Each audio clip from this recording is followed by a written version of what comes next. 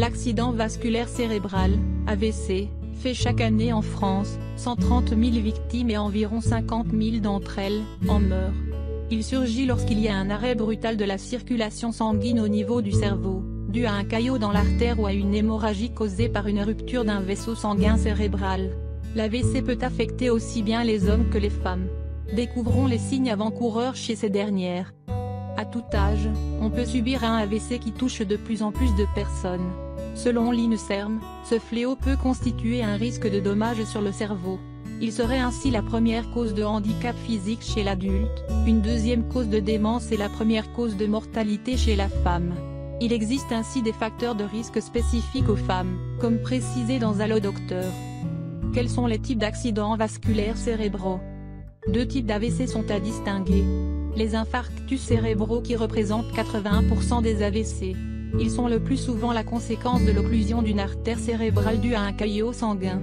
On parle également d'embolie cérébrale ou d'AVC ischémique.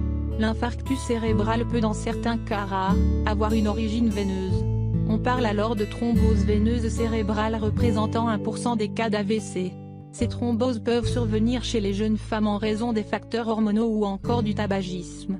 Les hémorragies cérébrales et méningées qui représentent respectivement 15% et 5% des AVC.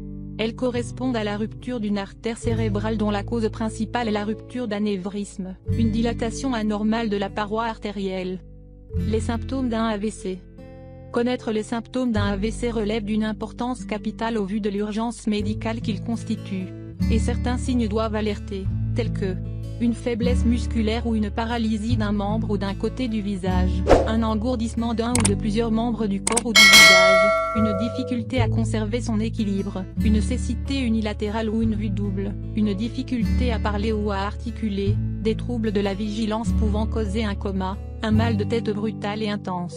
Ces symptômes peuvent survenir soudainement, raison pour laquelle on parle d'attaque cérébrale et leur puissance peut varier selon les cas. Quels sont les facteurs de risque spécifiques aux femmes? Certains facteurs peuvent augmenter le risque d'accident vasculaire cérébral chez les femmes.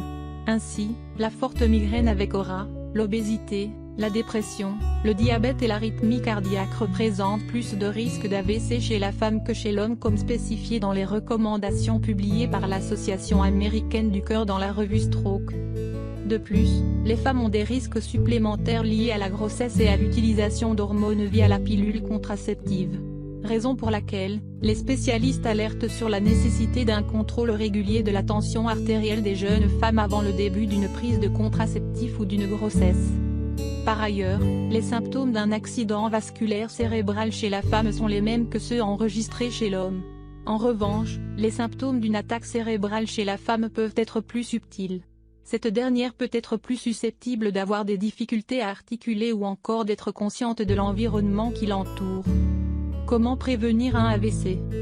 Pour la prévention d'un accident vasculaire cérébral, il faut adopter des habitudes de vie saines, comme préconisé par le Figaro Santé. Arrêter le tabac, réduire la consommation d'alcool, pratiquer une activité physique régulière, maintenir un poids santé, choisir des aliments sains, riches en potassium et magnésium et pauvres en sel afin de réduire la tension artérielle. Les fruits et les légumes ainsi que les poissons gras sont également à privilégier, réduire le stress, éviter si possible la pilule contraceptive ou la remplacer par celle qui ne contient que la progestérone, contrôler l'hypertension artérielle, contrôler et prévenir le diabète, contrôler le cholestérol. À la manifestation d'un ou plusieurs symptômes ci-dessus énumérés, il est conseillé d'appeler les urgences pour une prise en charge immédiate.